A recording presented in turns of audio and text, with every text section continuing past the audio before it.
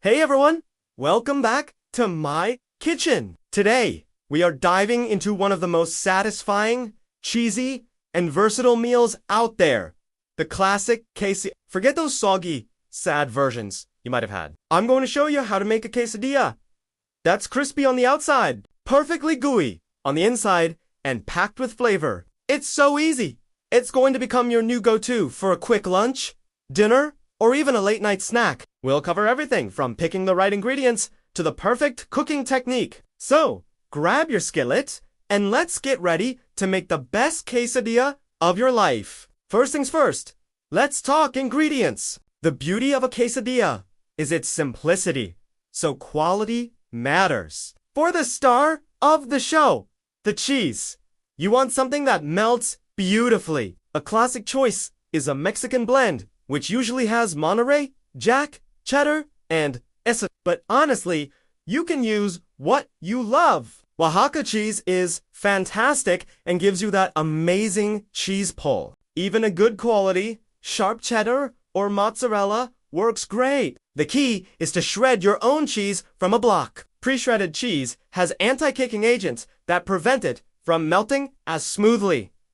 Trust me, this small step makes a huge difference. Next up, the tortillas. I prefer using flour tortillas for quesadillas because they get wonderfully crispy and golden. You can use corn tortillas too, but they can be a bit more delicate and might crack. For size, an 8 or 10-inch tortilla is perfect. It gives you enough room for plenty of filling without being too difficult to flip. Now for the fillings. This is where you can get really creative. Today, I'm keeping it simple and classic with just cheese, but the possibilities are endless. You could add leftover shredded chicken, seasoned ground beef, black beans, sautéed bell peppers and onions, corn, or even mushrooms. Just make sure any cooked fillings are pre-cooked and not too wet, as excess moisture will make your quesadilla. A great tip is to pat your fillings dry with a paper towel before adding them. Alright, let's assemble this masterpiece. Take your flour tortilla and lay it flat. We're going to use the half-moon method, which is the easiest way to get a perfectly filled and flippable quesadilla. Sprinkle a generous layer of your shredded cheese over one half of the tortilla. Be generous.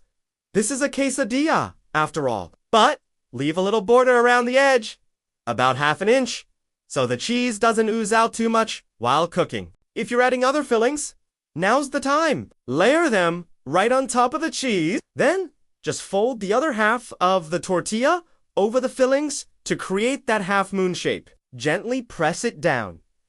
Now for the most important part, cooking. This is where the magic happens. You'll need a non-stick skillet or a well-seasoned cast iron pan. Place it over medium heat. A common mistake is using heat that's too high. This will burn the tortilla before the cheese has a chance to melt. We're looking for a nice, even golden brown. You can cook it dry in the pan, but for extra flavor and an even crispier exterior, I love to add a little fat. A small pat of butter or a light swirl of oil in the pan works wonders. Once the butter is melted and sizzling, carefully place your folded quesadilla in the skillet. Let it cook for about 2 to 3 minutes on the first side. You can gently press down on it with a spatula to help everything melt together and get good contact with the pan. You'll know it's ready to flip when the bottom is golden, brown, and crispy. You can peek by lifting an edge with your spatula.